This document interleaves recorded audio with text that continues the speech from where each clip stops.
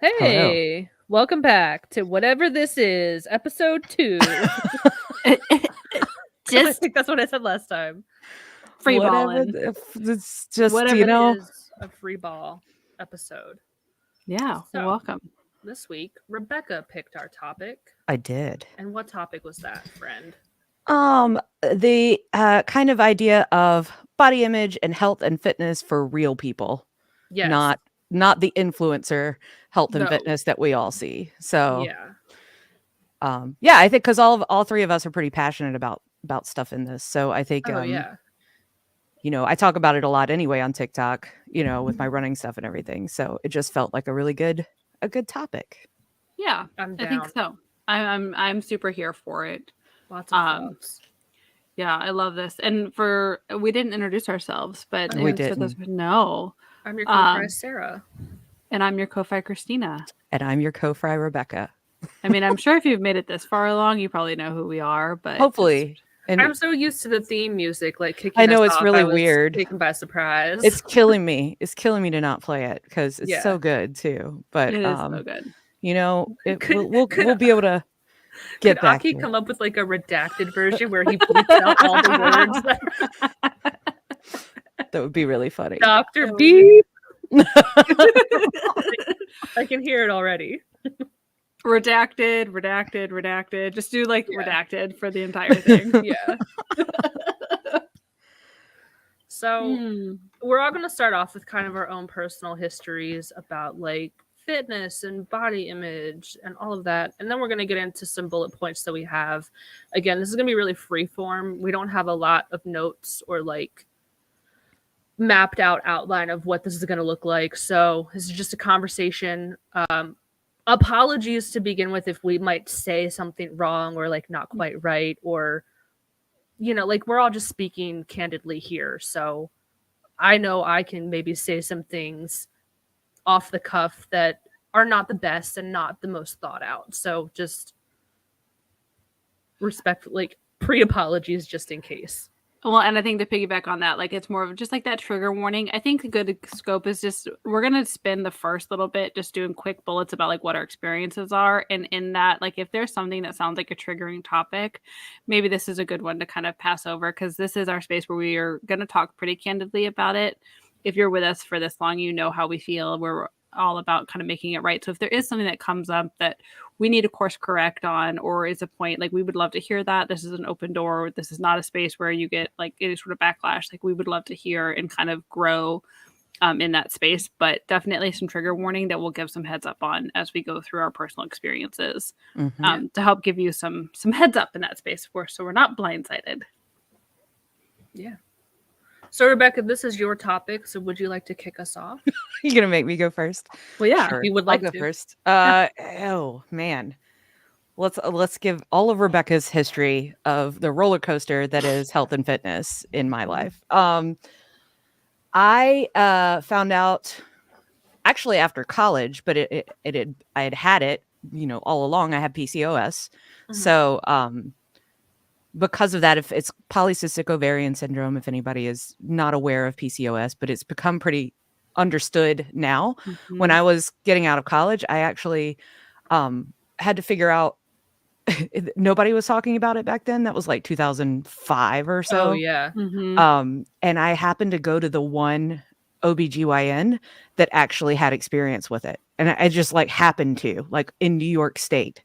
So got diagnosed with it and things started making a lot of sense because as soon as my hormones kicked in as a child, I started gaining weight and there was nothing I could do to keep it off. And it was just like, I was healthy. I played sports, eating pizza and stuff like every teenager does. But like, Yeah.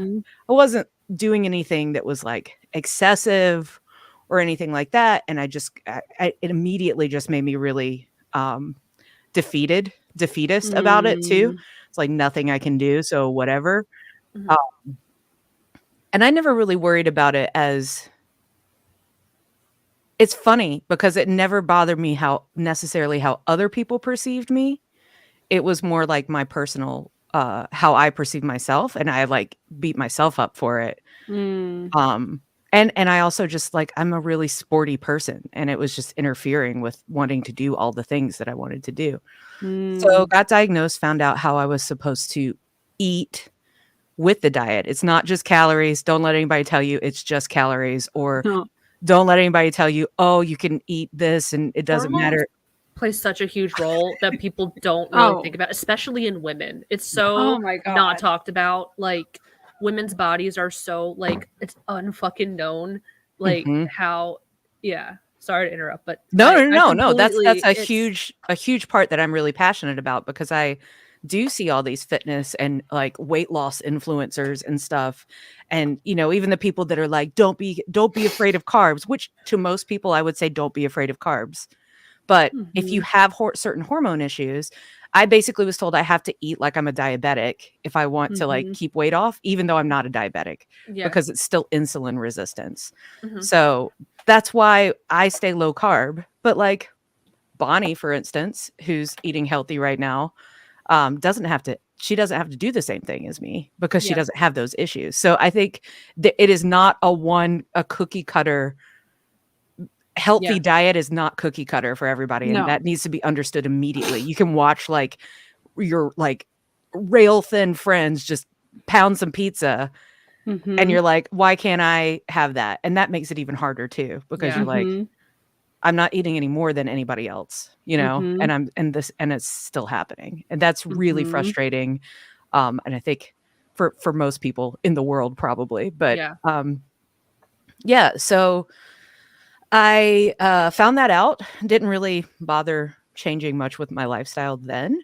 And it actually wasn't until I was 30 that I was like, all right, I want to be active again. I just kind of stopped doing everything. So I started running. And I started dieting just to support the running. Like, I wanted to be able to run, so I needed to get some weight off because it's a lot easier to run when you're Yeah. a little lighter. And I lost 120 pounds the first time That's around. amazing. And it is. Can I It just definitely say, is. Can I just say, that is, I cannot stress how incredibly hard that is for you to do without the assistance of like a bariatric surgery or medication, like Yeah. on your own with your medical history of PCOS, that is so incredibly hard to do.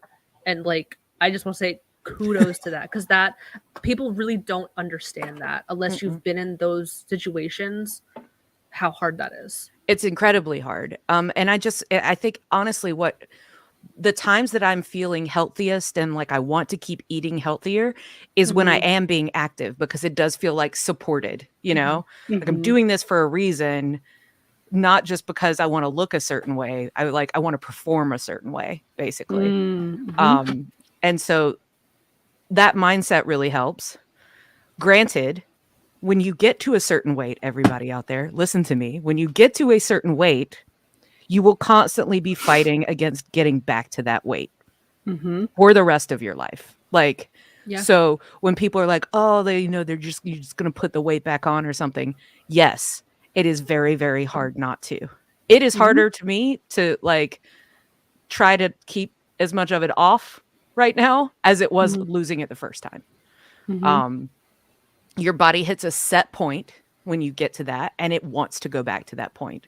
So you're basically, you have to eat less. You have to eat, it's unfortunate, but if it's your choice to lose weight, because it is your choice, whether you feel like you want to or need to lose weight, nobody else can tell you that. Don't let a doctor tell you that.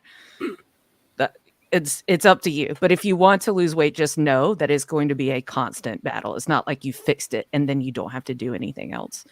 So it's a little intimidating to think about, but it's how it is. So I am now trying to head back that direction again, because I gained a ton of it back really quick. I moved to Korea and started eating rice and drinking beer, and that immediately like Koreans didn't really, they're like, you what, carbs? You don't eat rice? And I was like, no. That's all that, They eat rice with every meal. Yeah. So I had to learn the Korean word for carbs so I could explain like why I wasn't eating certain things. Random language skill. carbs in Interesting. every language. But yeah, so that's me. And I stopped running for a while, and then now I've been running again. And everybody that knows me on TikTok knows that I ran the New York City Marathon last year, Mhm. at a much heavier weight than the first marathon I ran in 2013. So, but I still did it. You know, I trained for it and I did it. So, Mhm. yeah, that's my not so brief personal history. Um, but yeah, there's a lot of things in there that I can expand upon as we go through this Yeah. conversation. Yeah. Yeah, so just like I think that's such a good colored story though of like what it was, because you're so rooted in like this like health issue, this hormonal thing, which I think will be an interesting kind of thread as we have this conversation, Mhm, mixed with just like your personal kind of balance and like conviction around it and like that mhm. mental space with it. It'll be interesting to dive into that. Yeah, for sure. So Christina, who's you want to go next? next? Yeah, I We'll can go go next. in reverse, Yeah, we can. clockwise. Yeah, I got this. So mine is a little bit different. So fitness and exercise for me was something that I struggled to embrace until I was probably in my 20s. And I am someone who's much more rooted in a very unhealthy relationship with food and understanding food as a fuel for my body. And so I deal with really, really, really difficult mental spaces with eating disorders and understanding fuel over everything else. So for me, my history with it is that growing up, I was the youngest of three. Both my older siblings played sports. I was not a very active child, and a lot of that I'm learning is just due with like some of my sensory issues, all of that process. And so I was always playing music, doing other things. So I was never naturally like in this like athletic state. And then I hit early puberty. I developed very early on. I was very self conscious about it. And in full transparency in this super safe space, like being in like fifth and sixth grade with triple D boobs was really uncomfortable and really hard to Mhm, manage. So anytime there was PE or gym class, I would intentionally just walk and I would take the out of being lazy over the like gawking inappropriateness of conversation that would happen. Yeah. mhm. And thus started my like fork in the road when it came to body image and then like lack of physical fitness, because I equated physical fitness with gawking in inappropriate conversations, whether it was from teachers telling me to bind my chest or like all of it. And like that's a whole other conversation Yeah. for deep dive labor. So that really made me anxious. I never wanted to do sports after that. I just really that wasn't what I was going to do. And so of course with that I didn't have a healthy baseline for muscle. So my alternative was to just not eat because I wanted to lose weight, be skinny, fit in that social norm. I hated having big boobs and I was like, okay, well maybe if I lose weight, like maybe they won't be so big. And so I struggled with anorexia all through high school and into college. And I was probably 110 pounds for the greater part of that. And I was probably Mm. like in full transfer, I was probably like That's so tiny. 150, like going into like freshman year of high school. And then I dropped down to 110, 115, and I was that way all through college. And I maintained that strictly from food restriction, and there was no physical fitness in that space. So with me, I actually needed to use fitness as a way to get out of my eating disorder. So I sought therapy in my 20s to do weight training to help counterbalance and allow me foods in my diet. So I appreciate my history with fitness is very much from an intentional I need to be healthy. I need to undo some harm. And it's been a journey there, but what's happened now is it's tied to eating disorder. So now every time I go to the gym, I have this trigger. Oh, my eating disorder should kick back in because that's what I'm used to. I'm working out, therefore food is also a problem again. And that's kind of where my journey comes in, and we'll do deeper dive around that. Mm. But as I'm postpartum, I've had a hysterectomy. I'm also dealing with the hormonal issues. And so hormones have recently become an added layer into my complexity that I'm eager to kind of talk into. But yeah, that's kind of my area. So definitely some major trigger warnings in my space when it comes to self-harm, eating disorder, and as it relates to fitness. So that's me. All right. Sarah? Lots of different. Okay. Yeah, you can't, it's you now, I have buddy. to. All right. Let's do So this. thinking about this, lots of like mommy issues in not a good way. So I remember I was growing up, I was always like a chubby kid. I was never a skinny kid ever, never tiny. I was always like on the chubby side. And that followed me through like adolescence, teenage years. Like my weight just kept creeping up, creeping up. My mom was morbidly like I don't know ever how much she weighed, but it was never less than 300 pounds. She was always very, so that growing up in that environment, obviously I never did sports. I did soccer for 1 year, and it was because like a friend came to me and was like, you should sign up for this. And it wasn't even through the school. It was like this auxiliary league. And I really enjoyed doing it. But my mom, you know, I have coworkers who have their kids in track and field and basketball and soccer. And I'm like, looking back, I'm so angry, and I'm working through a lot of that anger with my mom and my dad of like, why didn't they do that? Why didn't they sign me up for that stuff? Why didn't they make sure I was active? My mom was always sleeping on the couch watching TV, and I'm sure she was battling like a lot of her own depression and mental stuff. But as a parent, like that's on you to kind of fix that and be there for your kids. And she never took us outside. She never took us to the park. We were always just sitting around watching TV, and growing up in that environment, that lifestyle really follows you. Yeah. So I always grew up being a chubby kid. I graduated high school probably like 200 to 220 pounds. So that was where I was at when I graduated high school. And then I entered my villain era and became the absolute fucking worst. I had like this breakdown, mental click, whatever you want to call it, where I was like, I'm done. I want to lose weight. And I became so toxic. Like I used toxicity to kind of drive me, and like competing with other people. I want to be better than other people instead of doing it from a healthy, positive mindset.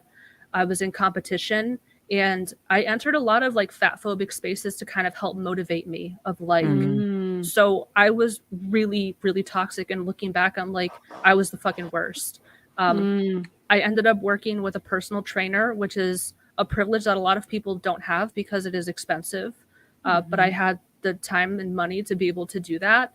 And I appreciate my time doing that because I learned a lot of things fitness wise, like proper form for a squat, or like certain ways to work out, how to build a workout with like weights and stuff. He was a CrossFit guy, and everyone has their opinions on CrossFit, but just building a good workout and being able to like make your own workout with the tools that you have. So that was all in my hometown. I moved away to the town that I'm currently in. And this was also a time where I was in a probably not very good relationship that ended with a person who very clearly cared about my weight and what I looked like. And you guys know that story and how that ended. So I was also using that to motivate me too. Not a healthy place. I need to look good for somebody else. Not good at all. So the weight just slowly crept back up. Like Rebecca, like you said, like it's a life thing. And I think one of the triggering moments for me was getting plantar fasciitis in my feet. It became so painful to just walk and get through a day at work. So that really was the catalyst for me to kind of go downhill and put the pounds back on, because I was in so much physical pain that like I couldn't walk like or stand, let alone like run on the treadmill or do a workout. And then starting a new job and growing within that job, developing my career was great, but then the stress that came along with it was not. And that put on more weight. I was working like 13-hour days, being stressed all the time, stress hormones, cortisol, not good. So my last relationship ended because of my weight, honestly. I'll be open and honest. And Adam, I'm sorry if you're watching this. If you don't want to hear this, I understand. But for a long time, I was making all the money. He did not have a job. So that pressure was on me. And I was holding down the fort. And he wasn't saying anything. And then I got a job. And then he got a job.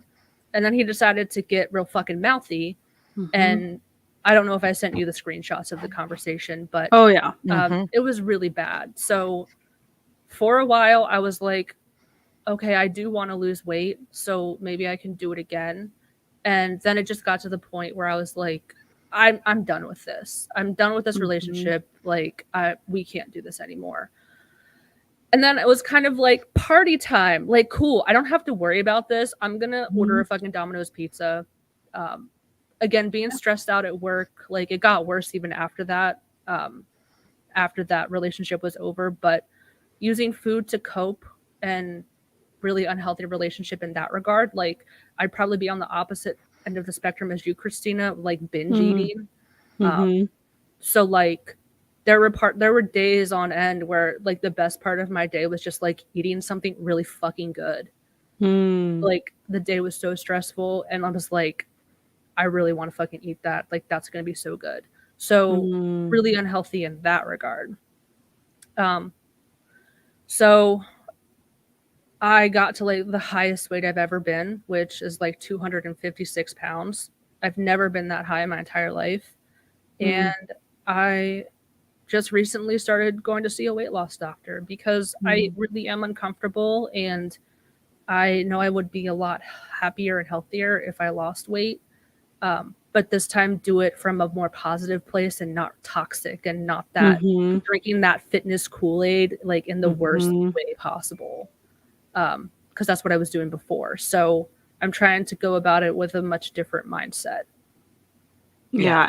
I'm really proud of you for that, especially knowing a little bit more now about how toxic you were to yourself that first time around. I like am doubling down like my support of like how you've mentioned you've been going to see the doctor for it and really having an ally to that. Like I think I'm really proud of you in that space. That's awesome. It's so hard to change Mhm. that mindset too. Yeah. Like it's just so hard. And So it worked for me Mhm. before. It worked for me before. Like Mhm. fueling it with hate and like toxicity and that like gym bro mentality. Like, but hate cannot sustain you forever. And like as you get older, that shit kind of fades out, hopefully. Mhm. and it might be good for your physical health, but it's really shitty for your mental health. Yeah. So, like you just Mhm. getting to a much better place with it is really, really good. I was the fucking worst. Ask my family. I can only imagine. Somewhere in this conversation today, and just maybe want to add it to I want to have a conversation around, and we've talked about like this is like definitely us being real and not the influencer kind of version of it. And what here or somewhere in there, there's a little bit of a story to tell about like my frustration with the influencer situation. And my sister is never going to listen to this podcast ever at all. So, and if you do, Mo, sorry, by the time you get here, like, I got to call your shit on this one. Maybe she needs to hear it. So I want to have that because I think I think it's a good discussion topic because there's a lot of juiciness in there that like I think can fuel some of this conversation. Perfect. I put it right past I think it fits right there pretty well. Because I think So. it's a really necessary story to tell to really expose it, especially because I see it from firsthand within my family, someone who's gone really high in the influencer fitness space and the Mhm. lies and deceit that come from that. Yeah. So, yeah. So anyway, we'll get to that. We spot. could honestly, we could have like a whole separate podcast with many, many, many episodes talking about this kind of stuff. Yeah. Yep. But we'll do it brief. But I think, it might be a good at the end of just like the things to be wary of when looking for support or mentors in that space. The Yep. things to be really wary of is kind of what I want to like share. Yeah, Because for it is sure. personal to me. And something I've got some really good ones too. Well, one in Mhm. particular that I can talk about on the good side of things too, Yeah. because Oh, for sure. there are wonderful influencers out there. But they're kind of drowned out a lot of times by the kind of terrible toxic messaging. So Yeah. Cool. All right. Love this. So trigger warnings galore for everybody. Yeah. Listen, yeah, you could definitely be triggered very easily by this conversation. I think also the hope for us is that we can talk about it in a realer way, and Mhm. maybe that'll help people Yes. with all of that. That's kind of the goal of this episode. So There's a lack of realness, I feel like, in the Mhm. fitness influencer sphere. Mhm, It's all very polished and curated, and I hate it. mhm. So I would love to find more real people. Yeah. Agreed. Agreed. All So, right. on You our wanna dive bullet in? points, yeah. So let's go top workouts. Rebecca, we'll just Yeah, keep with I that would go order. with like, yeah, top workouts, your favorite workouts, the thing that like you get most excited to do when you're exercising or something. Yes. Yeah. Key. Um, That's key. it should come as no surprise to anyone that running is that thing for me. So, I mean, I hated it. I never like when I was a kid, never did straight running. I always played team sports. Mhm. And in college, I fenced. Mm. I lettered in fencing, but that's because it Interesting. was really easy to letter at my school. Um, and so I had never done just running for fitness. And I like started going to the gym, I guess, and things like that first, but it just nothing hit me. I resistance training is so important, don't get me wrong. But like Mhm. my thing is running. Yeah. Especially endurance running. Mhm. Like the kind of running where you can get out of your head or into your head, whichever way you want to go. And it just Mhm. it helps me as much mentally as it does physically at this point. So that's my top. Also, I love swimming. Swimming and running. Mm. So swimming is a great whole body workout. It's low impact. Yeah. And it will kick your Mhm. ass. Like Oh And you god, don't yeah. even realize it because like you're not getting really hot and Right. sweaty, Mhm. which is great. I love that. and then you try to get up out of the pool and you're like, why am I all Noodle wibbly? arms. Yep. Yep. So those are my top two, I would say. Those are good ones. Yeah. Christina. I have 3 top ones. So I have learned to really enjoy sprints. I love the power of being able to do like I feel like going back in life, I would have been a really great like 100-meter dash. Like that would have been my jam. I can go super fast for a very short amount of time. And I feel good as someone who struggles with like undiagnosed like autism. Like I have this like built up sensory space that I need this like almost like a zoomy outlet, and I've realized sprints are super great for me in that space because I also like the core concentration I can do in there. I really love things that help me ground my core because it's such a weak spot for me. And then I also really enjoy pelvic floor exercises because, again, thinking about posturing and like stress, the life I've Yeah. led with that, anything like so bridges are a really great workout. Any variation of that are always my favorite. I get really, I try to do those every day, even just like lounging around at the house. Anything to help really with my lower core, lower ab helps me feel like I'm on the right path. And also just like lat pull downs. Like there's something about like working this like upper lat area.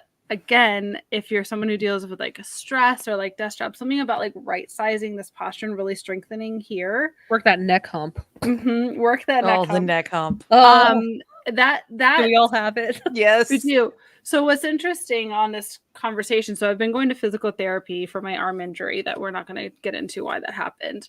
But one of it happened because I also though had one specific like shoulder press area that I was really weak in, and so that kind of like collapsed and got injured. But what I've learned in there, and the physical therapist was like, he was like, he's like, I need you to push your chin down, and I did it, and I was like, I don't know if you guys, so I was like, oh, like this. He goes, no, he goes, move your head back and then down. He goes, oh my gosh. He's like, you have one of the, he's like, you have like ADHD neck. You have the like hyperextended like turtleneck. Yeah. And so he's been giving me exercises to like bring it back, and I've really enjoyed that.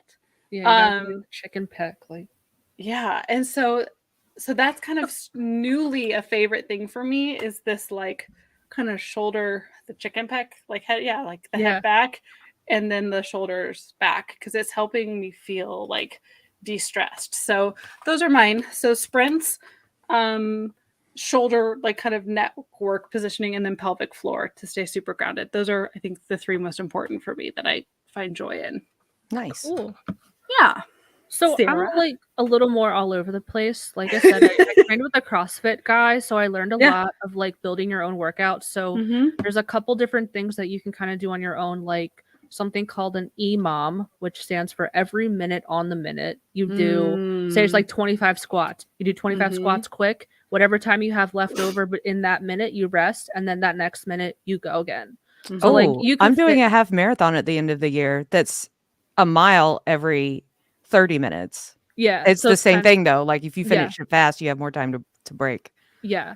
So Nice. there's something like that, or AMRAP, which stands for as many rounds as possible. So you set up a circuit however you want, like squats, kettlebell swings, sprints for like whatever. And you set, okay, I'm going to do as many rounds in this circuit as possible within 25 minutes.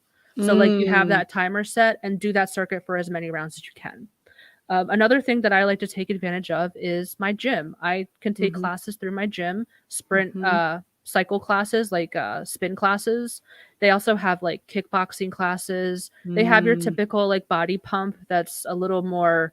I love body pump. I did that a lot. I love it.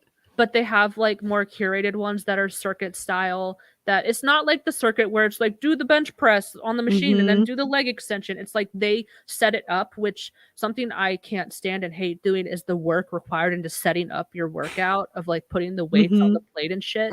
So the fact that like the coaches do that for you, That's and cool. I do understand that that's a very privileged take, because my gym membership is $60 a month and not everybody can afford that. And something, Rebecca, I like about running for you is that it's free. You can do it anywhere. It is, yeah. And again, not everyone can afford a gym membership, and it is a privilege. And that's something, again, that I had to kind of unlearn with my toxicity of like, you hear like the bullshit, and we'll get into this though, of like these fitspiration. Like we all have the same 24 hours. No, we don't. Someone who has kids does not have the same 24 hours as I do, who does not have kids.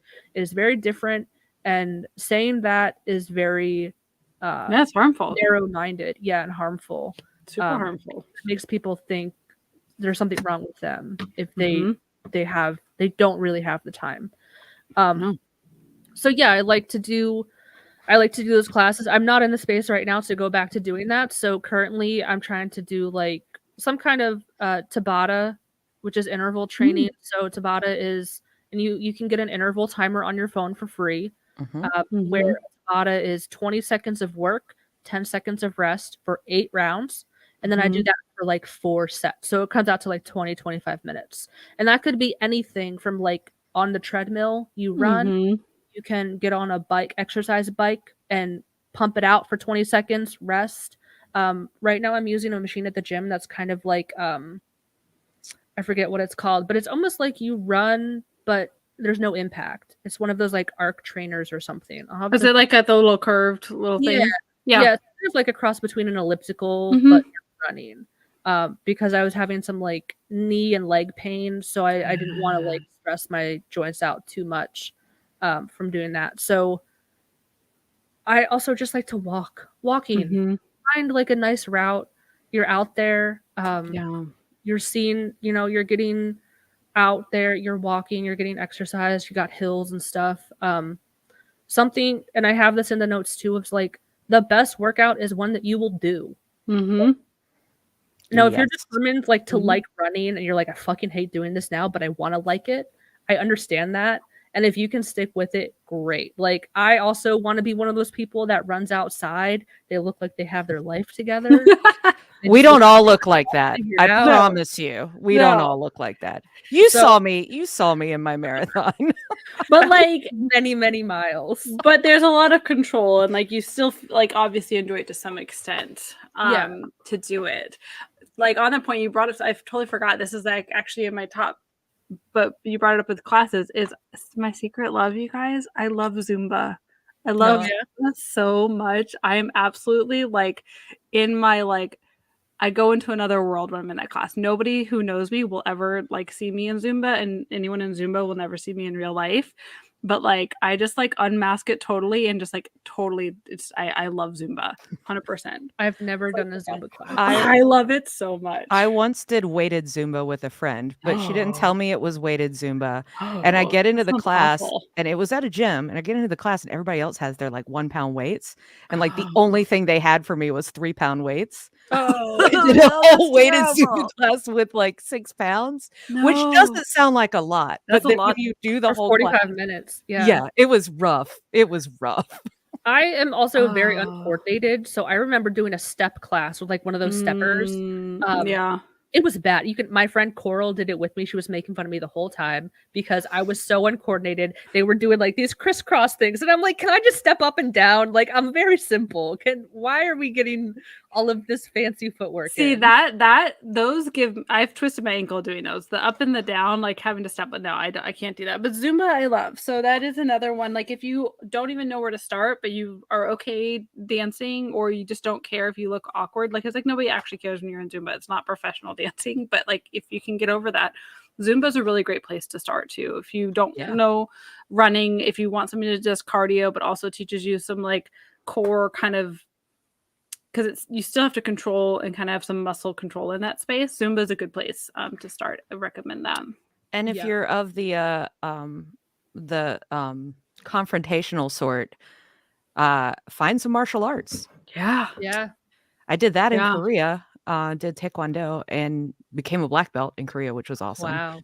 Wow. But I did it mostly. It was at a college like that was right nearby where I lived, and it was the International Taekwondo Club. So it was also a way to just be able to meet people from literally all over the world, and we all learned Taekwondo together. That's cool. But it's like you're exhausted, but you don't think about the fact that you're working out because you're like your brain is just as engaged as anything else. So I highly recommend that if people have access to it. It's a lot of fun, and also you like learn some skills, which is always a bonus. So well, and also yoga. I was a huge yoga practitioner for a very long time, and I would love to get back into it, but that's more of not having the right hours of the day to be able to go when I need to go thing. But that above all else helped regulate my stress and give me strength. But I was going to save that conversation for later on. But yoga is another really great alternative if you're trying to find some stress and peace with yourself before you go into other things. Definitely that mindfulness element going on in yoga. So yes, for sure. I love it. I love it. Next on the docket, favorite gear. Ooh, Rebecca. Yeah, I know so I asked you in a TikTok about this. Like you said you said running is free, but it's not theory. The actual activity of running. The activity of running is free, but if you become a gearhead like I am, it is anything but free. I am currently running in a pair of Hoka Mach X's, which I absolutely love. How bougie of you. I know. They're so nice though. It's the most I've spent on shoes, like legit, like the most I've spent on running shoes, but it's noticeably different. That's which awesome. but I also highly recommend the Brooks Ghosts that I was running. I did my marathon in those, and they were great. I am a full fan of gamifying your like your fitness, and like I like that. So I have apps out the wazoo that I use. I have an Apple Watch Ultra now, which I am in love with because it's bigger screen and I can read the things, which is awesome. I'm old. Anyway, and I use I always, when I'm starting to run again, I always use a Couch to 5K app of some sort. The one I use is 5K Runner. There's a 10K Runner as well. Highly recommend that though if you want to get into running, because it will keep you from injuring yourself. It will take care of the intervals for you, and you just you don't have to think about it. Yeah, it's great. Yeah. I just got a new trail vest because I'm going to do some more trail running. So I got an REI trail vest. Can't wait to take that out. What does that entail? Why do you need that? What does it do for you?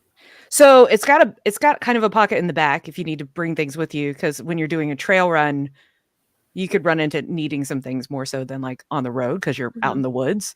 And it also has 2 water flasks.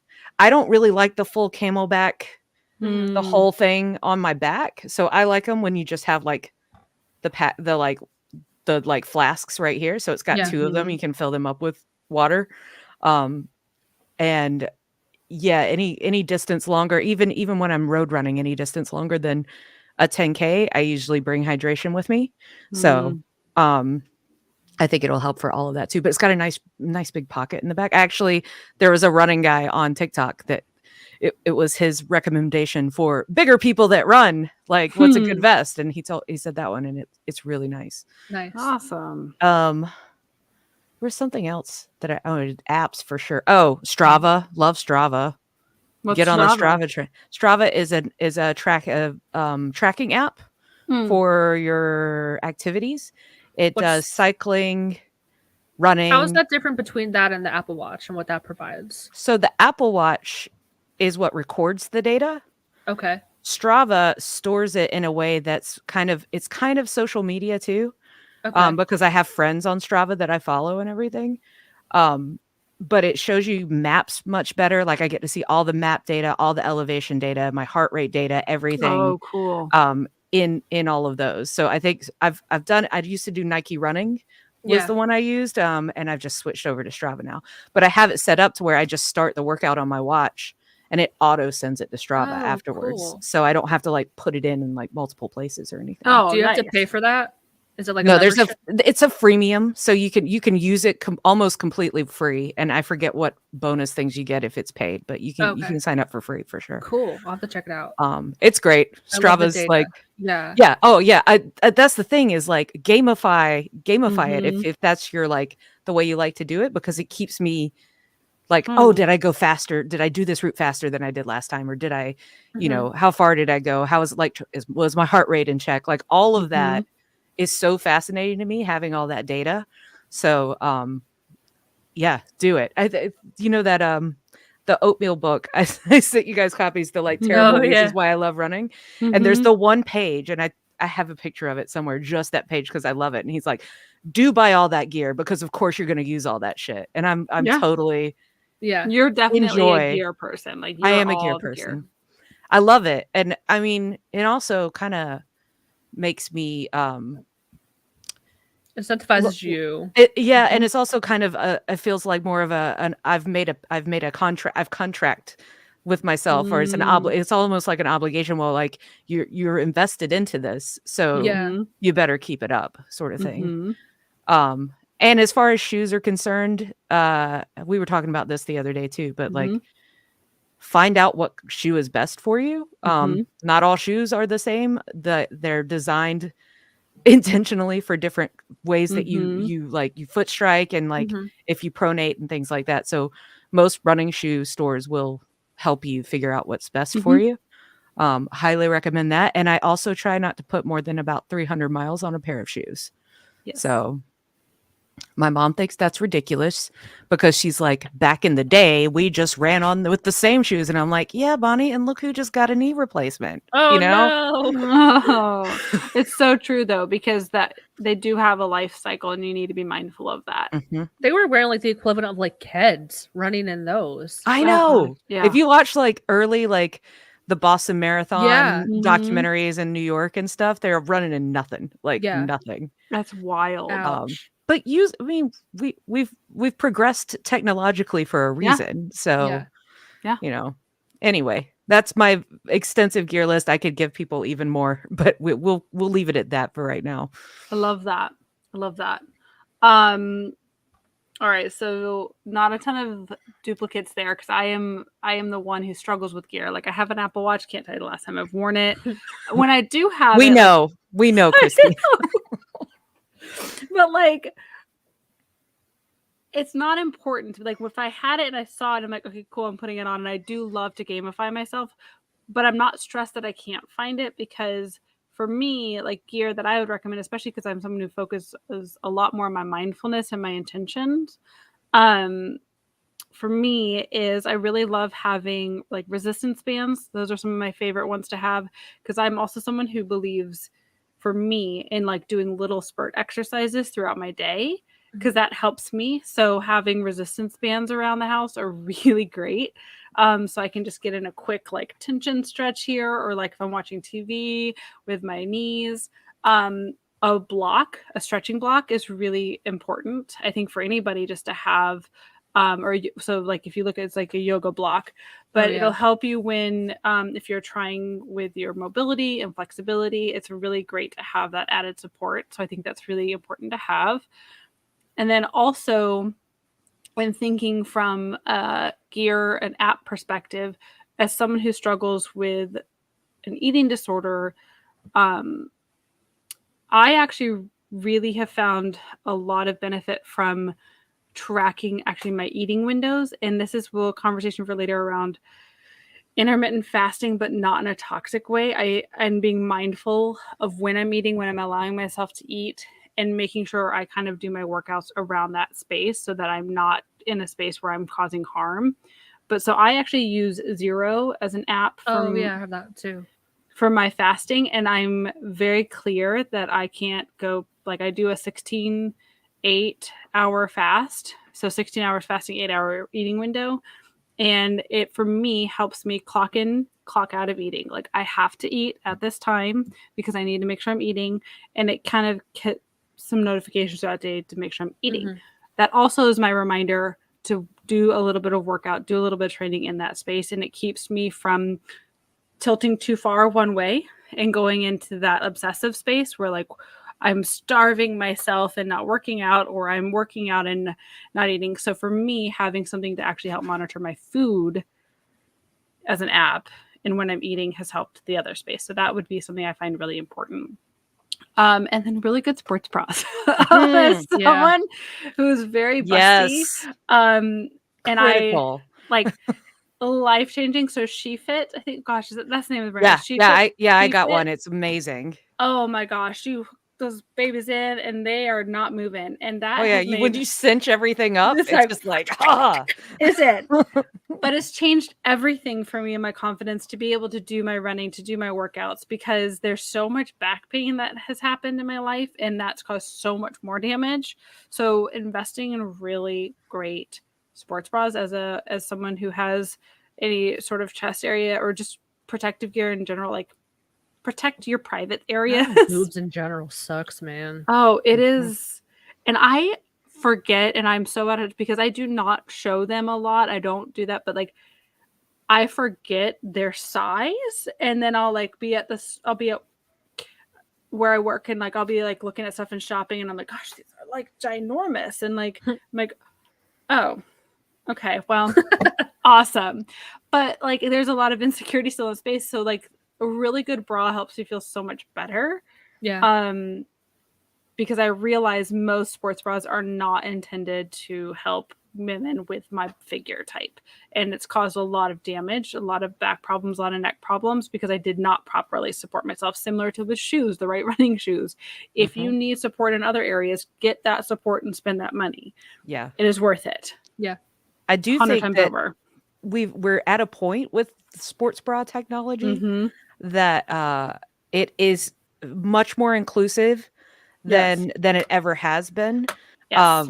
Because I mean, sportswear in general was very fat phobic, interestingly, in and of itself for so long. It's awful. And it's like, well, how am I supposed to listen? If you're a fatty, you wear a potato sack until you can fit into spray tan. Then you get rewarded with the thin people clothes. For the amount of years that I had to triple bra when I would go work out, because I'd have like a normal bra with underwire just to like have it, and then I'd have like a sports bra to like keep them from being separate, and then another one to like keep it all together, like that's a lot duct of tape. work. A lot. Strangling the girls. So much. So much strangling. And it's I smash the girls anyway, though. Even to this day, because running. Oh yeah. It's just. I don't own a regular bra. All of my bras are sports bras. I don't own a regular bra at all. Oh, from Sam's Club, by the way. Not sponsored. Nice. We are not sponsored by Sam's Club. Sam's Club. Are you good, Christina? Yep, that's it. Okay. Yep, go. So as far as like gear for me, with my history of foot problems, I can say like get good shoes. Get good shoes in general, like for life. If you work in retail and work on your feet 8 hours a day, get good shoes, because it will fuck up your feet and knees. Like I know so many people I worked with who have had to have knee replacements just because they worked for 20 years on their feet all the time. Yeah, don't buy the fast fashion shoes. That's No, it's not going to be good for you. No. Asics are my shoe of choice from the foot doctor himself. He recommended those. I had to go to the foot doctor. They gave me a shot in my foot, which it helped, but I was not prepared. Like, we're gonna give New you fear unlocked. Yeah. No, go in the side, like Mm-mm. on the inside, on the side, like into your arch. Yeah. Nope. No. Yeah. Just don't get. Why is that so, like, I guess because I like my foot, I'm just thinking about it, like Yeah. No. the foot area is not one that you want a shot in. That's for No. sure. So take care of your feet and don't get plantar fasciitis to begin with, because it's a bitch to get rid of, and it will always be a problem for you, even if you have the time and space to heal it. What did it for me was that I got a different job where I was working at a desk, and it took like 6 months after that for me to finally be like, oh my god, my feet feel better. Like, it took so much healing, and when you're constantly on your feet all the time, you cannot heal. You're just re-tearing all those little micro tears that are what was causing that plantar fasciitis. Yeah, like, it feels like walking on every time. marbles. Yep. It's so painful. Yep. But I also, good shoes, Apple Watch. I like, again, the Data, the health app, and there's lots of other options that are cheaper. Fitbit, Garmin, lots of different ones to choose from. Many different styles, lots of different complexities. Like, I started you with don't a have to Fitbit. pay a ton, especially like if it's just for your activity. You don't really need a full smartwatch. Like a Fitbit will properly. Fitbit Flex is like $50, or it was when I first got it. I don't even know if they still make them, but there are lots of much more cost-effective watches or fitness trackers. Oh gosh, yeah. So this is my gripe, and I don't know if this is just me. I want to be one of those people that run outside and look like I have my life together, but I cannot, like, I feel like I just have too much crap with me all the time. And then I get like overstimulated, and I'm like, I hate this. So like, I have my phone, and a lot of my workout clothes don't have pockets. I don't have like the leggings with pockets. And even then, I kind of don't like to use them, because then my phone gets all sweaty and wet and gross. I always use that. If the leggings don't have pockets, I don't buy them anymore.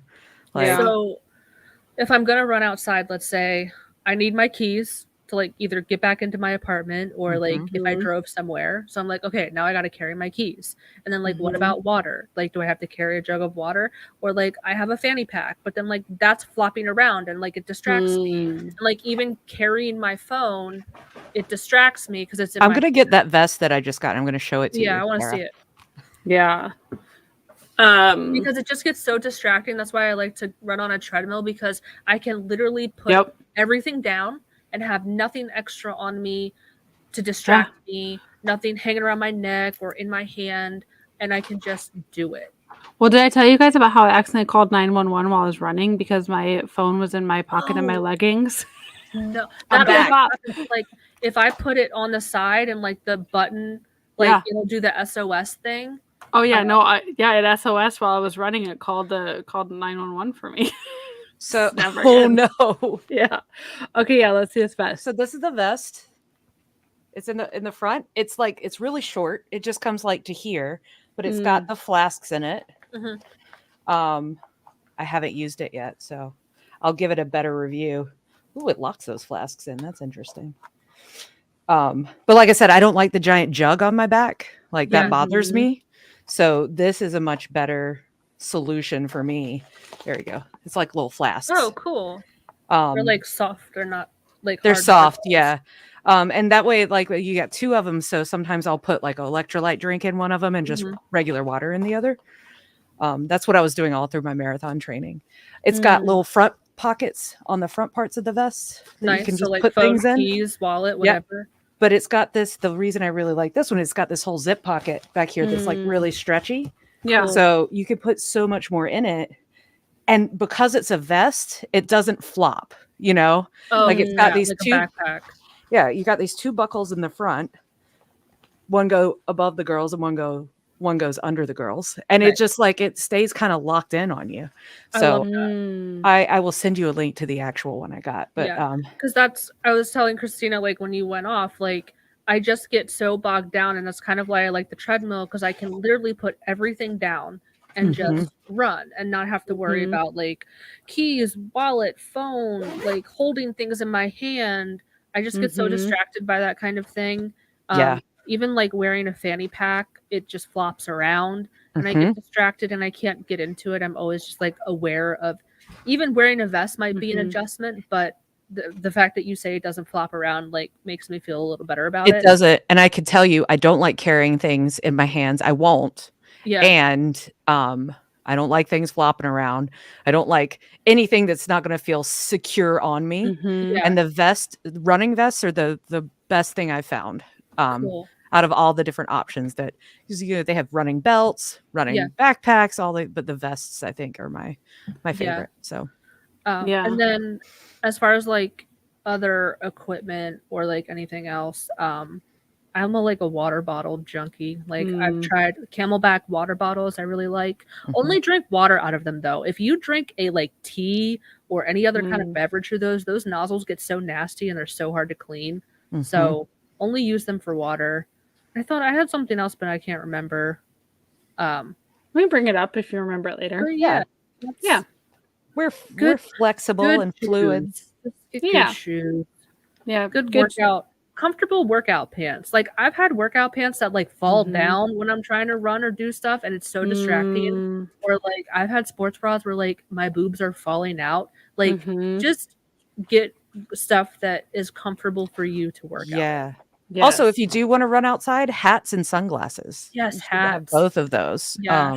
Hats are a big one for me, and there's one that actually has like a slot for your keys to go in that I like. I'll try to find the link to it. It's been a while since I ordered it, and I haven't used it in a while. But that one was nice for me because I would at least put my phone in the pocket of my pants before, and then now I'm traumatized because calling 911. Yeah. But and then the keys, it would just go like up here, like in a little pocket, so I didn't really feel it because it was like in back here and it didn't flop around, and that was a good solution. But yeah, that's for sure. Yeah. Lately, when I go on like my 4-mile walk, I've been wearing a visor because hats are a little too hot. I like visors. I don't care if they look corny or whatever, because then I can like have my claw clips in.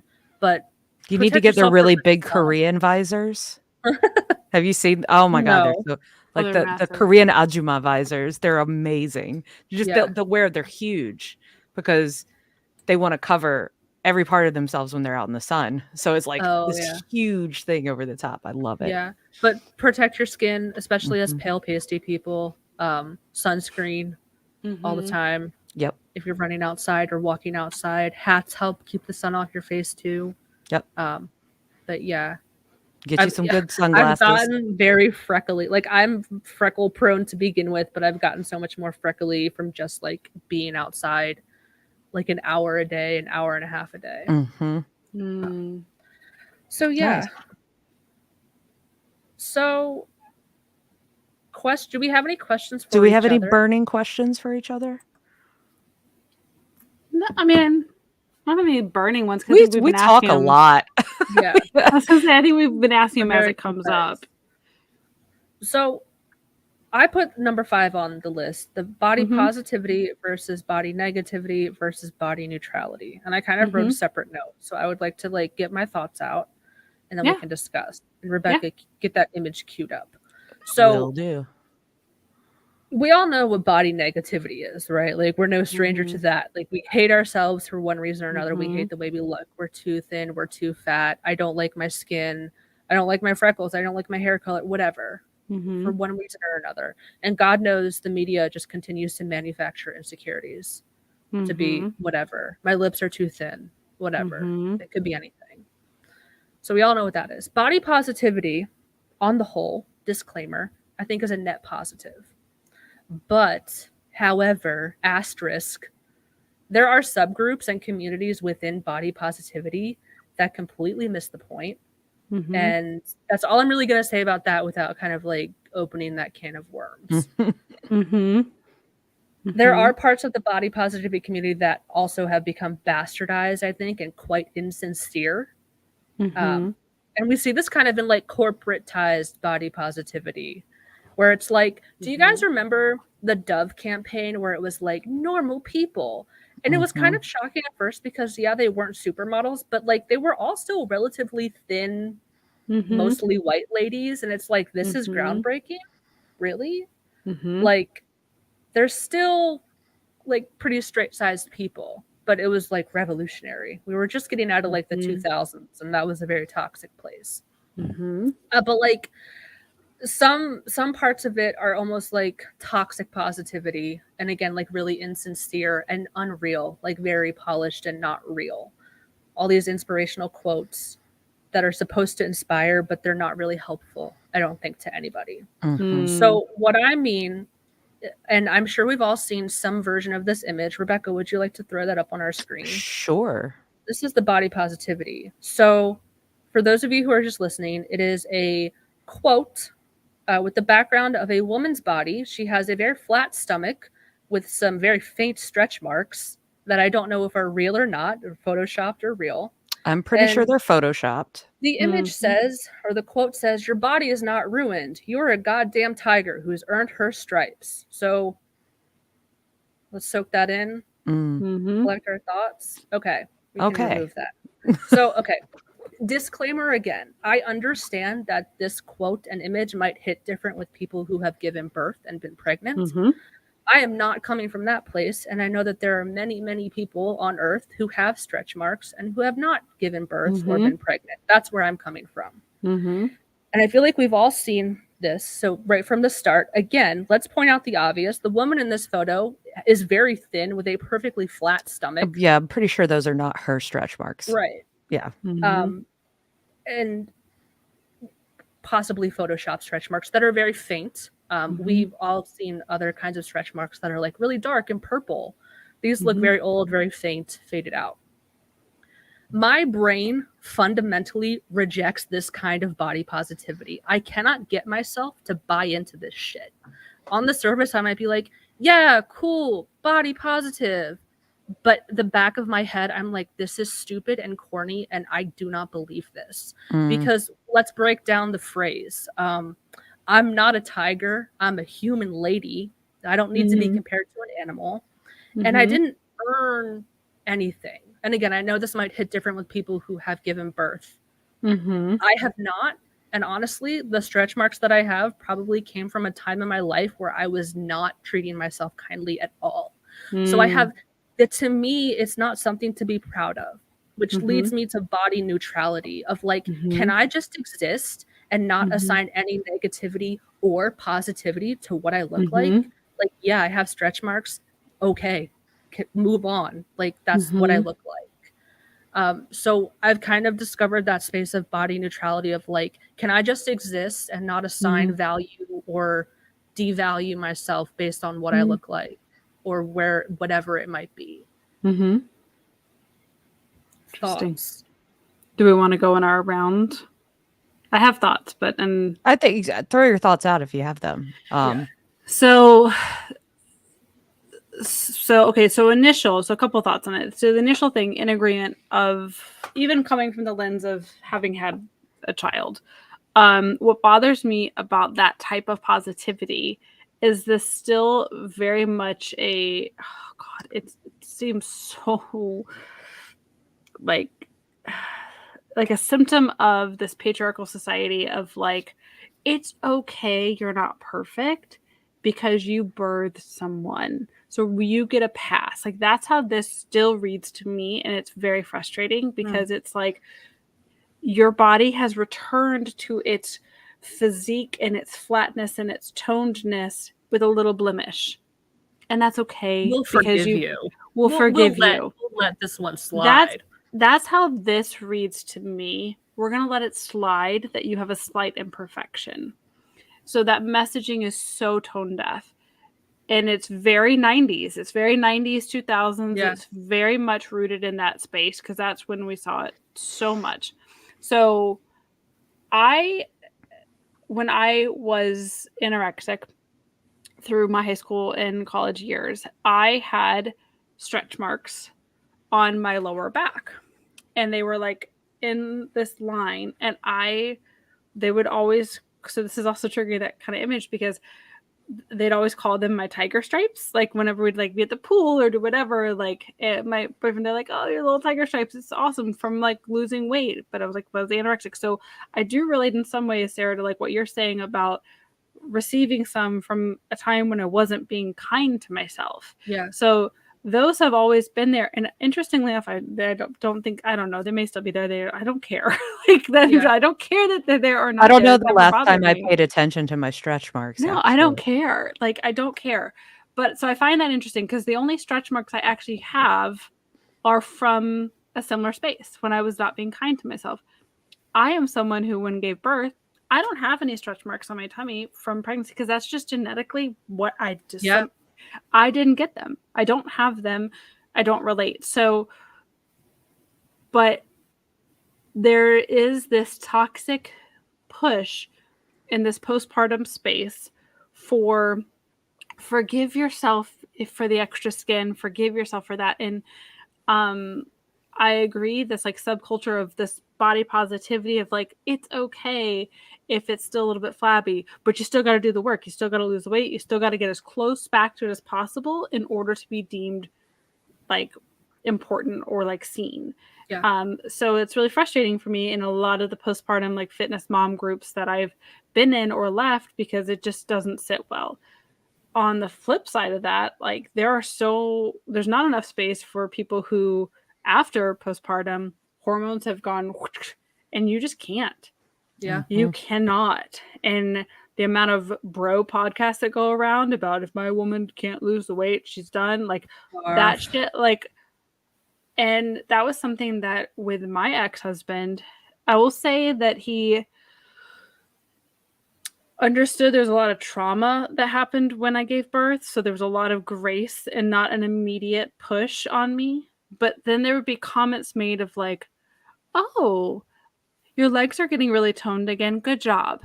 Good job. Like real patronizing, like when I would work on stuff, and it would be very much like, oh, your hip bones are coming back in. Like, good job. You're doing great. And I'm like, can we not benchmark these things? Like, it was very triggering. And that's, so that image kind of, I hate those. I hate that. So I'm just saying, to all if that. men gave like birth, like a tummy tuck would be mandatory. Like it'd be like part of the whole package after.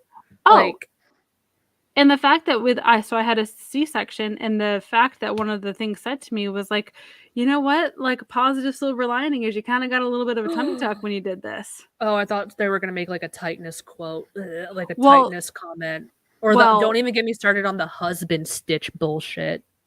No, but they were like, yeah, so like because of how we had to do it, you're not going to have the like C-section like which like yours is going to be you're going to be good and smooth, and it's like a little tummy tuck in there, and I'm like, cool, I just died. Jesus Christ. But thank you for that. I'm really worried about it. So anyway, so the whole like stomach as a body thing, I guess maybe I'll leave it like this topic and pass the baton, but I get really hung up that we focus so much on the stomach.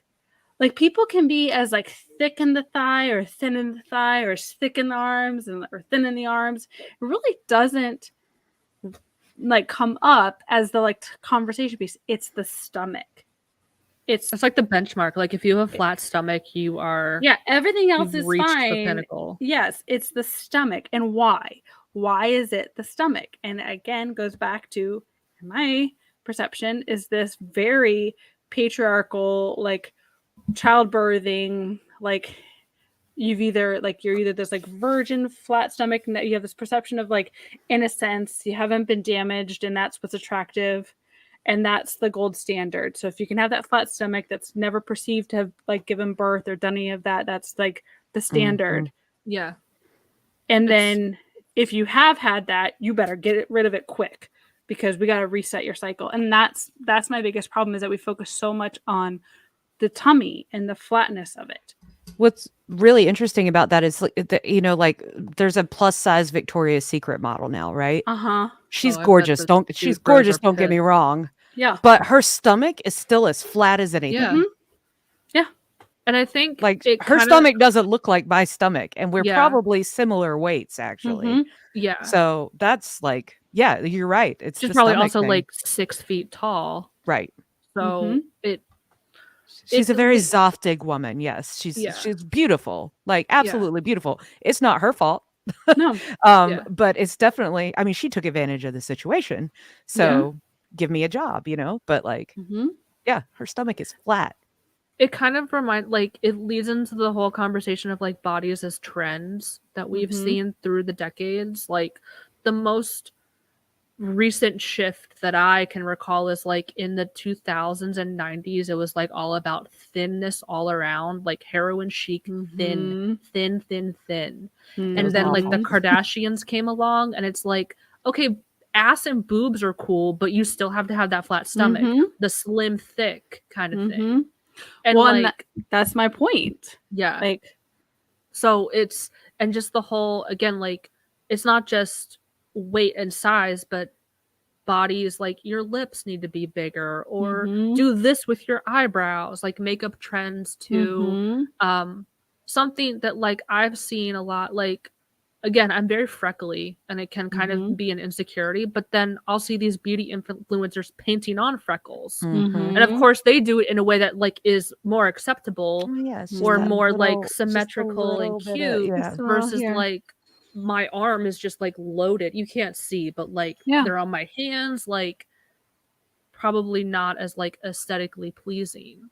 So it's just Mm. interesting, and a lot of this is in the world of women, but men have it too with, like, certain haircuts or Mhm. trends or whatever.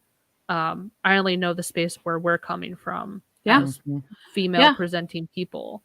Um, but yeah, it's uh, again, like, that's why I'm trying to shift to, like, a body neutral place of, like, this is Mhm. what I look like, take it or leave it. Like, Yeah. I have thin white people lips, I don't care. Like, and there's certain things that I will care about to a certain extent that, like, either it's like, okay, do I want to put energy into this and Mm. worry about this or focus on this, or is this something I can let go?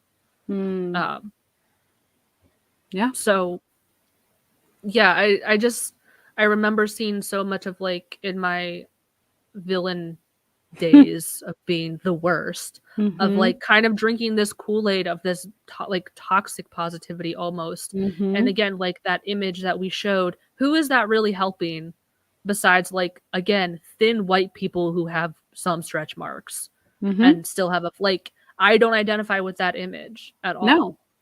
Um, No. so who is that really helping?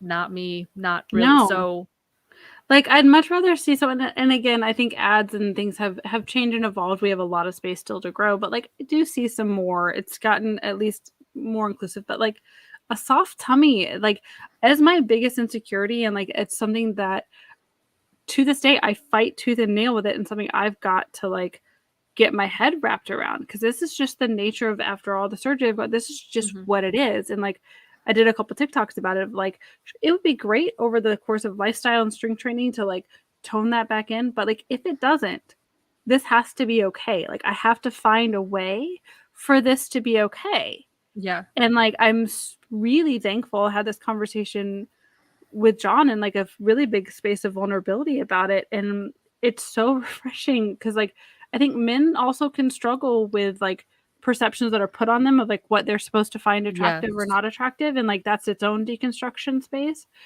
But, like, if you really break it down, it's like, what does that change in our dynamic, in our relationship? Nothing.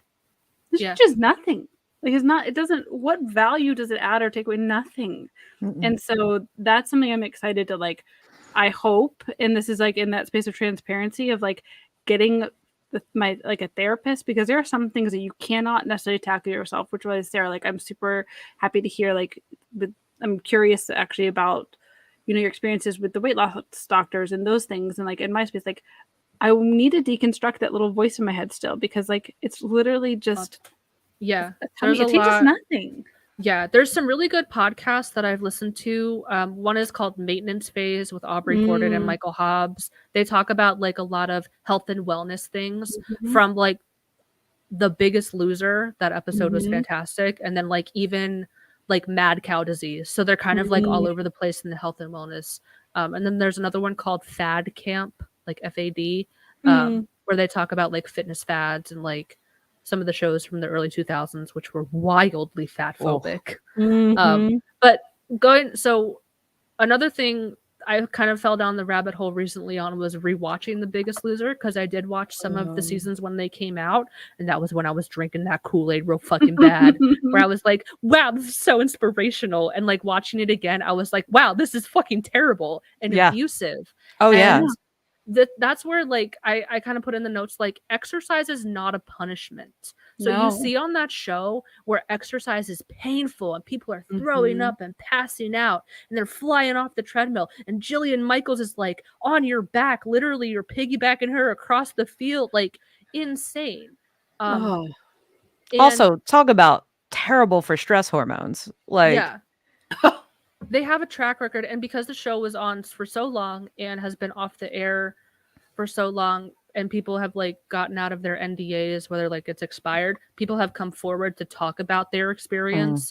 So many people have gained the weight back, and more so, Kai Hibbard she's talked on the record a lot about the experience of like what it was like behind the scenes. So don't view exercise as a punishment like that, because it's not a good thing mentally for you. No, that's too much. I mean, no pain, no gain is true to a certain extent, but not to that extent, not to that level. Like anything that you want to get good at it's going to take work, you know? Yeah. But that's not that. That's torture, you know? Yeah. It truly is. Like, and then you have like, so like Jillian Michaels is like, one of the podcasts I listened to is like, she's like Gollum sitting on the treadmill, like screaming in your face, my precious, you but like just insane. So like, growing up in the time that we did, not like very fat phobic, like millennials in general, we just like got the brunt of that kind of shit. But then going back to like what you were saying, Christine, about like your relationship and whatnot, like I'm finally in a place with a relationship where I feel very secure in how I look. And I'm just like, again, like I've found peace in a way of like, this is what I look like. Like if you want to be with me, okay. But like this is, I love that. and I met Adam when I was a little bit less than I am now, but like still very much like overweight. Like I wasn't my skinniest when I met him. And even now with like seeing the weight loss doctor, and again, I'm sorry, Adam, if you're watching this, but he'll even be like, the booty is shrinking. And I'm like, I promise you, like, I have had a giant ass forever. It will always be there, just like maybe a little bit, like proportionally, the booty is not going anywhere. Like you don't have anything to worry about. Promise him you'll do daily squats. And you'll be fine. Be good. I even showed him a picture of like when I was probably 170 pounds, which the lowest, I was 159 pounds for one day. That's the lowest I ever got in my adult life, and still considered overweight by the BMI standards. I was 141 for one day and was still overweight according to BMI. Yeah. It's crazy. And I think we've seen pictures of you at like that. That doesn't look like there's much left to lose at that point. No. Like you've seen my lowest weight pictures. Like you tell me that I look like I need to lose more weight. Yeah. I will find and dig up my 118 pound days and send you guys that. And you like that was me considered barely. If you're okay with that, like if that puts you in a bad headspace, no. I don't have a bad space about those times. I understand completely what those were to me, and I'm okay with them. They don't trigger me in any way. Here's the thing about the 141. I went to a skin removal doctor to have a consult at 145 probably. Did he tell you had to lose like 10 more pounds or something? Yeah. They're like, well, you lose 10 more and then we can do it. And it's like, wow. That's I don't know how I can. Yeah. And I had a ton of muscle at that point because I was running marathons and stuff, you know? That's so ridiculous. Yeah. But like when I showed Adam that picture of me at probably like 170 something, he was like, how much? I was like, probably like 170. He's like, is that enough?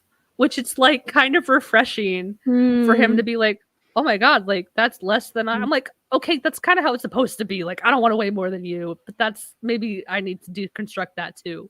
But Yes, you do. it's kind of Mhm. refreshing to hear that coming from where I came from, Yeah. of him being like, Well, is that enough?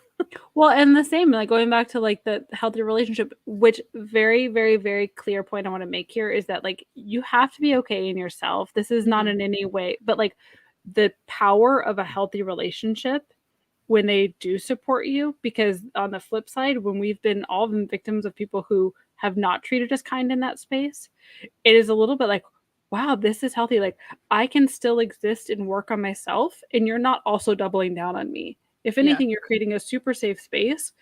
And like, while I'm like, for me, like, I've had moments where I'm like, okay, I'm not used to this. And it's been really hard for me to navigate because I'm so used to the like double get- down. I get And I'm like, suspicious. I'm "Ah." like, when's the ball gonna drop? Like when Yeah. this seems too like- good to be true. But that's just me. Like But like to be able to be like, great, I could keep just working on this in myself. And like, you're just happy to be with me. And like, that's a wonderful thing. So for anyone who is a partner to someone who's going through body image things, like, great, like kudos to just keeping that supportive and having space for them, and like recognize that like they've got to do it on their own, and like you can't solve it for them. yeah. But just like, yeah, there are good people out there, but if someone is not being kind to you in that space, that's not a good partner. Like, sorry, No. that's not a good partner. Don't They're let not them- trying to help you. If they're trying to jump in and manipulate it, this just from personal experience, like that's not good. Another Mhm. thing that chaps my ass is Mhm. because this was what it was like in my last relationship, and I've said this before, when someone who has never struggled with their weight, has never been overweight a day in their life, trying to Mhm. tell you what to do and how to be skinny. Fuck you. It's like someone with perfectly clear, beautiful skin looking at somebody with cystic Mhm. acne and being like, have you tried soap? Have you tried washing your face? Like, it's not the same thing. And I heard something that like kind of gave me a shift too. Like, we all accept that people can be naturally thin, right? We all Yeah, oh, universally yeah. accept that. Like, oh, they Yeah. can just eat whatever they want. They've never had to worry about that a day in their lives. They just exist that way. Why can't we accept that some people are naturally just going to be overweight no matter how hard they try and how much work they put in?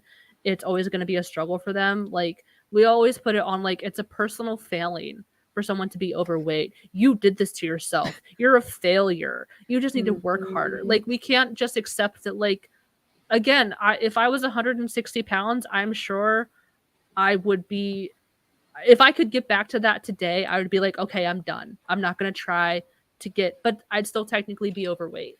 Mhm. And I would look really good. Not gonna That's lie. Yeah. that naturally overweight or naturally larger is what my friend Tyler calls us.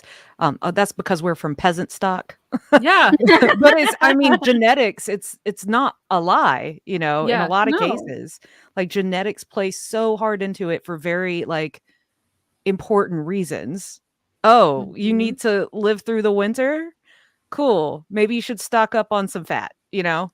That sort I of thing. Mhm. have Irish ancestors who were from the potato famine time. Mhm. So truly they were Mhm. like, girl, get ready for the famine. It's coming. Pack that pounds on. You Yes. know, like Mhm.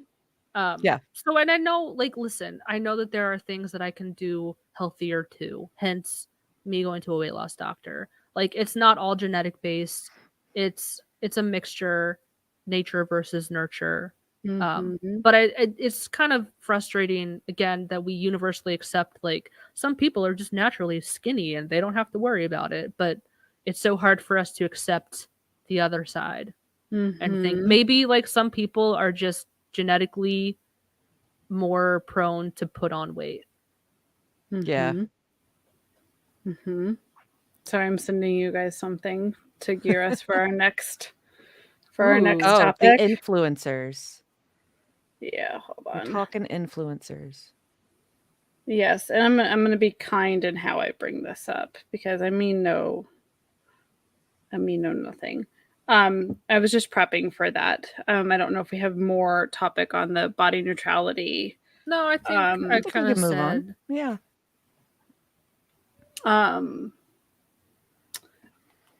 All right. So you want to kick us off on the next bullet, fearless leader, Sarah? and I'll go into it because I don't want to commandeer it, but I just want to like. Okay, let's kind of dip our toes into the influencer space because we're all familiar with that, and I'm sure anyone who has a smartphone is familiar with that. And again, like I have a lot of thoughts. It can be a really toxic place and unhealthy. But Christina, you sent us a link. Would you like to elaborate on this? I will. And I think, okay, I'm gonna say this. So I think that she's not unique. So I'm gonna like be careful how I continue to say this. But something that I know, oh gosh, I'm trying to find the right words because this is a moment of like growth for my sister in this space and having a really honest dialogue. And this is something she and I have talked about. And just a shift that we have in our space. I'm going to be really careful because I love her so dearly. And this isn't meant to in any way put a negative light. It's just, I think we all approach life and fitness and exposure and social media and influencer in our own ways. And this is something to be really mindful of. So I am really proud of my sister because she has put a lot of work into maintaining a physical fitness physique, and she is in the gym and she is doing her work, and she has really grown in that space. I struggle in my own space because I see a very public image that's put out there because she back in like 2018 had just had a baby, so like she was at her heaviest, and then lost a bunch of weight because one, she had a baby, and then two, went to the gym, and then she was a partner with Nutrisystem. They always do these things where you can like enter in to win $10,000 if you do their thing and like do your before and afters. And she is someone who gamifies the heck out of things, but she's also falls into that like toxic mindset that you fell into, Sarah, where it's like you get into that space of like, I'm going to be better than everyone. Yeah. And this is something she has worked on since then. But this is kind of where she started, and her incentive was to go down that path and was to be like, I'm better than everybody. But what happened is, so she lost a bunch of weight and she submitted to Nutrisystem and she did her before and afters, but her before picture was she was pregnant, but it doesn't clarify that. And then that's so her shitty. after, and her after is her working out, but she's starved herself. She's been using Nutrisystem, that's fine. But the images, what she didn't disclose was she's had work done. She had work done. Like so tummy tuck kind of stuff? Tummy tuck, boob lift, all of it. And when she won, first she's like, okay, great, I won the money. But then they're like, oh, they wanted her to like be a spokesperson because she actually looks really good and this is great. And she's military or she was ex-military. And she had to go start doing these public appearances. And so they always do like around New Year's, Good Morning America always does this big thing, partnered with People Magazine, partnered with a bunch of people about like people who've lost half their weight and all this. And Nutrisystem submitted her for it. And she got it. Wow. And she went on like Good Morning America. She went on like a whole circuit. And she eventually had to fess up to Nutrisystem. I've had work done because her conscience got to her. She was like, I have had work done. So this is in no way on her, but in the scope of like what influencer culture is. Like, okay, so like just to be really clear on that, because she put in the work, she worked out, she paid for the surgery, she did the things, and she looks damn good in those photos. And in a moment of like, okay, I won, I got my bag, I got my money, but they kept throwing at her. Well, no, but we don't care. We don't care. So she told them, and she's like, I don't feel like whatever. And they're like, oh no, we don't care. We would love for you to keep going. But nowhere in any of the communication did it say that she's had work done. So she did disclose to them, did all that, but they left it all out because they don't want to present that. So I wanted to clear that like now this like manufactured image, and now like I saw from all the places, from Nutrisystem, from there's probably going to get in trouble for this, but all the places that she went to, Yeah. they didn't care. And it's so rampant. And so she's like, okay, well, you don't care, then I'm gonna keep doing a part of this and kind of ride this wave because you're still paying me for it. That's on you guys. Yeah. I told you the truth. And so now it has been 5 years since then, 6 years since then, and she's still going with them. And they're still buying into it. They know Wow. all the work she's done, that she had other kids, because then she had another kid. And they're still feeding it, knowing all these things. And there's no push for transparency. Mm-mm. And it's so frustrating because, to her credit, she is in the gym every day. Like, she is working out. Like, she is maintaining and she is fighting against, like, she's like, if I paid for this, I'm doing this. Like, I'm keeping up my body image and I'm going to do good. And I'm going to do well by it. But it's also hard because she struggles now with this, like, pressure to maintain. And while she's not like a big fitness influencer in a big scope, she does get like pocketed for like these little branded deals because she makes this one company look really good. Yeah. And it makes me cringe. You've seen like behind the curtain. Yeah, so to speak. and she's kind of stuck in this weird spot where she was just trying to enter a contest, you know, and she won $10,000. Wow. And then her 15 minutes of fame from that. And it's really hard because none of us are perfect. And I think we all do things and we get to the spaces, and then from that trying to like right size it, and then to realize, oh, like she expected them to like bow her out and be like, "So you're disqualified," and like, nope, don't care. They didn't care. No, don't care. And that just goes to show you don't believe anything you Don't see anymore, believe because it. not only with like plastic surgery, but Photoshop, it's all fucking fake. It's all fake. And are there some freaks of nature who can bounce back perfectly from like a pregnancy and have a perfectly flat stomach with no stretch marks? I'm sure they exist. Yeah. But for most of the world, I'm sure you're going to have like, whether it's you've had a kid or like even if you lost a significant amount of weight, you're going to have like remnants of that, whether it's loose skin, stretch marks, like you're not going to look the same. No. And that's perfectly okay. Yeah. It's just, and I do feel for her in this space, and I mean this all out of love for her. This is, and she's, again, a lot of growth over the years of like kind of the accidental like harm that could have come from that, and then now this like maintaining it, like it's hard because it is definitely an image that she really can't break, because at this point, like, she goes public about that on her stuff, it's going to ask a lot of questions. So at this point, what's she supposed to do? She's supposed to tell people on her social medias that she's had all this work done. Well, they're going to point and turn to her people that have sponsored her and go, I'm sure they'll throw her under the bus right away too. Yeah, and so it's kind of like, what it comes to. You know what, at this point, so her whole thing is at this point, her social medias are private. She doesn't go after a big following at this point, like, because it's not something that she feels comfortable with. Because I brought it up to her about a month ago because I was just a little bit concerned about, it was just bothering me because like with my own self-image and how like I'm more out there on social media and just kind of the intention and transparency of like her not being authentic. And I had forgotten. She's like, no, all my stuff is private. Like, you can't find me. I'm not out here doing this. I'm just in my safe group of friends kind of talking about it. And I think it's interesting. But now, like I said, I hate it for her as someone who has tried to be an influencer. Like she is trapped in it. What she's supposed to do. And so she's just one of many. And then on the flip side of it, you see people that they like will like do the right angle to then like make it look a certain way, but like just, I don't know. Don't believe what you see. Like, it's so manufactured and like it's not realistic. It really isn't. Nope. Yeah. And I think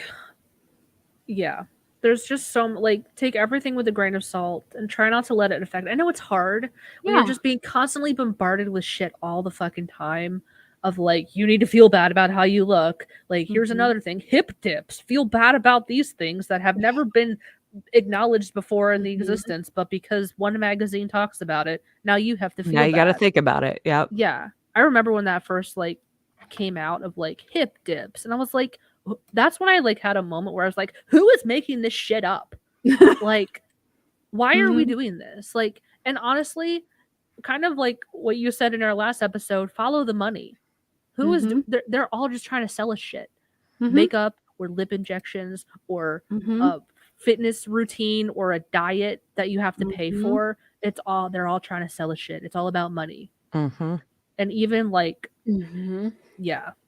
So like where I'm at now, and I'll be fully transparent about it on here. And I know a lot of people have a lot of mixed feelings about it, but weight loss medications like Wegovy, Ozempic, Mhm. I was on Saxenda, which is a daily injection, and there's having supply problems, so I got my hands on Wegovy. My weight loss doctor has been extremely on top of shit in a way that like is surprising to me. Hmm. Because I hear nothing but people like I'm in some Facebook groups about it, and people are just like having a hard time getting a hold of stuff. But I know everyone has their opinions about that, and I don't care. Like Good. I'm working with my doctor, and It's not like that's you're taking some over-the-counter sketchy like weight loss medication yeah, like we all did in the 90s. Mhm. yeah. When like what was it, Fen-Phen, things like Phentermine, that? yeah, Yeah, like you're not doing that. You're actually doctor supervised with that medication. yeah. So, Um, yeah, that doesn't bother me there's at all. yeah, and people who get gastric bypass. Like I Mhm. remember this was in my old department at work, and I don't know what it is about boomers that are always commenting on the way people look. Can we just stop like commenting on people's bodies in general? Mhm. Like unless it's like your Bonnie's outfit's really pretty cute. terrible about it. Yeah. She's pretty terrible about it. She Mhm. Unless doesn't it's even something realize. positive that's not like passive aggressive, like you said, like your tiger stripes, Christina. Like, Mhm. can we just not comment unless it's like your hair looks fantastic, your outfit is cute, unless it's like Mhm. truly outright positive and not like fake nice. Just shut up. Like Mhm. um but I remember this conversation I overheard. It was two older women, and they were like, "Oh wow, yeah, that security guard, they lost a lot of weight. Oh, actually, they got gastric bypass. Oh, well then never mind." Like the fact that they got Mm. gastric bypass, it was like, "Oh, you're cheating. You're a cheater. You need to be miserable when you're fat to lose weight and struggle and be in pain and miserable the whole time, and They then also you'll clearly be don't able to." understand what you're sacrificing when you Yeah, do So that. much. You but it's sacrifice a like, lot. yeah, but it's like you must struggle and be in pain, and your reward will be thinness, and then you will be happy, which is Mm. not true. But the thought of like people thinking of getting medical help as like a cheat code of like you're not doing it the right way, you need to struggle, you need to be in pain in one form or another, whether it's like Mhm. painful workouts that are a Mhm. punishment or starving yourself and depriving yourself. I like the cheat code thing because in my head I was like, well, we're already like our society has our game set on like epic, very difficult Yeah, by nature of how our society is structured at this point. yeah. Like the Mhm. food, everything about the food pyramid, like everything like that. So like, Mhm. yeah, All if of you it. need a cheat code, take it. And you've heard me say this before, Sarah. The only problem I have with gastric bypass is you really have to consider it because there are some pretty terrible side effects that can happen Oh because of yeah. it. Mhm. My cousin turned into an alcoholic afterwards, Mhm. Mhm. and I had another friend who died, and I'm pretty sure you can relate that back to her gastric Yeah. bypass. She died of like liver organ failure, basically. Yeah. So my only problem with it is it can be very dangerous And be to fully do. informed Yeah, of like yeah. everything. And there are multiple surgeries you can Mhm. get. And I know there are some that are notoriously like failures. Mhm. I don't know Mhm. if it's like the gastric band that like Yeah, they there's one fill. that's like not permanent, and then there's Yeah. one there where they actually take a good most of your stomach out, you know? Yeah. So, yeah. Mm. Yeah. So something else that my weight loss doctor mentioned, and I think I'm going to bring it up the next time I go for like my follow up. They have a food psychologist on Yeah. site, a nutritionist, which I'm very interested in because I have a very binge mindset. And that's something the Sarah, go. medication helps with is that it quiets that food noise if you don't know what it is. But like I Mhm. would just become obsessed with what am I going to eat next? When am I going to eat it? I'm not hungry now, but I will be hungry in an hour and I don't know where I'm going to be. Like, so should I eat now? Like, just incredibly consumed with Mhm. thoughts of food and eating. And Sarah, that, a food yeah. therapist changed my life. Like I've gone off and on like throughout my life as I struggle. A food psychologist is an absolute amazing thing because that relationship with food, if you can start like also having that happen, oh, it's a rough path because there's a lot of deconstruction, but it's so worth it to find that journey back and like actually understand food as fuel, not as enjoyment. I mean, it is enjoyment, and I think the journey for me is twofold because it's like I have to lose the weight, but then I have to keep it off. Do I expect to be on medication forever? No, I don't. Whether it's a fact of like you just aren't going to be able to be on it forever, or like whatever, insurance stops covering it, whatever it could be. So again, I'm just viewing it as a tool to help me now. That's great. And not as like a permanent fix of like, I will do this forever and I will be forever fixed. It's a lifestyle. You just gotta be kind to yourself in the process. Yeah. And like it's kind of back to like your bullet that's perfectly at the end of like, do like if you love it, do it. Like do like find your niche of things that you enjoy, the exercises that you love. You know, the best ones are when you're it's not a punishment. Like, it's not don't punish yourself. Don't think of it as a punishment. You can also be really creative with healthy food. There's a lot of stuff that you can do. Like there's a lot of some of the most delicious things I've eaten have been like when I'm in a healthy mode, you know, because like you just, I mean, anytime you get fresh, you know, veggies and fruit and everything anyway is so delicious, but like, so good, you know, herbs and stuff. There's just so many ways that you can literally spice up your food. So you don't have to do the gym bro, like, here's my chicken with nothing on it and my rice, like my, you know, like you don't have to do that like at all. So no, I'm excited, Sarah. Like I would love some more follow up on like how your progress is going and like to help support. And, like, I'm just curious because like, I've lost 17 pounds so far since the end of June is when I started, which is good for me, but I'm still just like, I have so much further to go. Like, I don't want to get caught up in the victories, so to speak. Yeah. I haven't really noticed too much of like a physical change. Certain things I notice, but overall, like, it's not really showing up in like clothing yet of like, I need to get smaller clothes. Adam will very soon though. It will. Yeah. Adam has been very encouraging, and he's like, I can really tell, and I don't know if he's just being nice to me or if like whatever, but he has made the comment again, like, your booty's getting smaller. Oh no. It's basically 15 pounds is usually when people around you start noticing is what I've discovered. So yeah, you're right. You're right there. Yeah. That's when I've always noticed people like say things. And so I was worried because of the first medication I was on, the pharmacy was delayed. There's like mass shortages of this kind of stuff, like, and I have conspiracy theories about that too, but I'm not going to get into that another day. But I messaged my doctor and I was like, hey, I'm on, like, I have 3 pens left or whatever, and I can, if you want, I can kind of show you guys like how it works. It's super interesting. But I messaged my doctor through like the My Chart thing, and I was like, hey, I'm running out. Like, I lowered my dose to help it last longer. Are there any alternatives? And they were like, yeah, actually, here we go. Like, let's do Wegovy. We already sent the prior authorization, and like they were just on top of shit. That's awesome. I went in to go, like, they required you to come in so they could teach you how to use it. And like, it's going through the hospital pharmacy, which I think is better. It has more control than like a CVS over their inventory. And I got it shipped to my house. And that's awesome. Even like with my insurance, it would have been like $250, but then they apply like a coupon and it's $25. It's only $25 for me. So I love it when they find the coupons. They made it so easy, and I cannot express, like, because I have a friend who is trying to go through her like primary care physician, and it's like they don't know anything.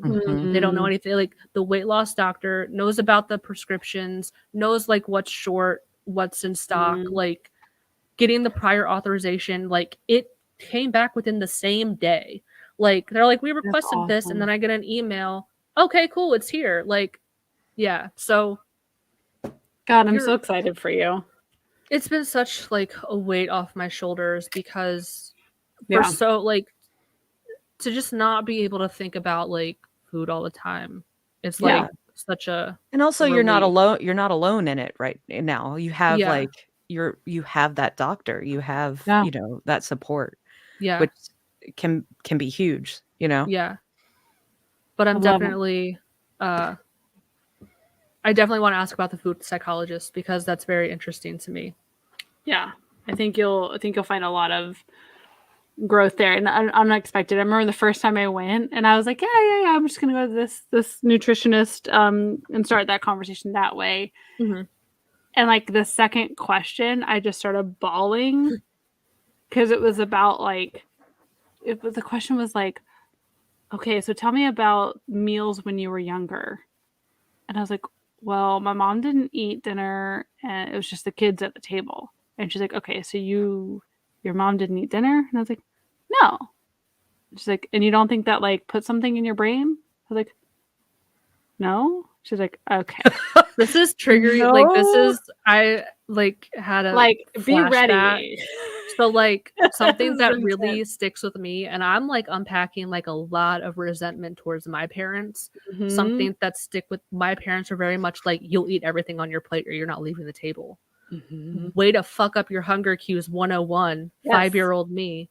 So that like I can see how that's directly correlated to this binge mentality of like Yeah. I feel guilty if I leave food behind. I have to eat it all. I have to clear the plate. Yeah. So be kind to yourself in that space, Sarah. But I definitely think that if you notice that that is something you're dealing with, that is really going to help you. Yeah. Because until you can kind of deconstruct that space and deal with that childhood wound of it, you're just putting a band-aid on like an open wound. It's Yeah. just going to keep hemorrhaging is Yeah. what I unfortunately learned about mine, which is why I have to do the scheduling to eat because I need to make sure because like I need to break that subconscious thing because like I'll make food a writer and I'm like, okay, but wait, I'm subconsciously not even aware I'm doing the same thing. Like I need to also eat when she's eating. Yeah. Like we need to do that. Girl dinner. Girl dinner. And speaking of, I need to go make her dinner. Oh, that's a good Well- way to leave it. Yeah. Yeah. So thanks for whoever is listening, watching, whatever. At any point, watching Yeah. the rewatch even. Yeah. So And we'd next love but real quick, so we'd Yeah. love more conversation. If anyone has a story, would like to talk about this, or if there's things that pique your curiosity, like we would love to continue to hear and talk about it. Should there be things that come up? Yeah, Yeah. I mean, we're not professionals, but between the No. three of us, we have a lot of experience in very different ways with this. Yeah. So Yeah. it's really interesting to hear three almost very different perspectives of the same Mhm. issues, basically. Mhm. So, yeah, reach out. Yeah. Oh, wait, I need to tell you how to reach out. It's this one, 3freshshortpodcast@gmail.com. I love Yay. Twitter. So if we're sticking to our new format next week, Christina, the topic is yours to choose. So Yes. no Mm. pressure. You don't have to tell us right now, but think of something you want to talk about. Well, I want to make sure we can watch that documentary. So yes, but it will be something in the art or music space. So there will be a deconstructing a documentary of the arts. So Yeah. that's what it will be. Cool. Let's do it. Let's do it. Okay, I'm excited. All right, I can play the closing credits. That I cool. can do because there are no lyrics. Bye, everybody. Bye.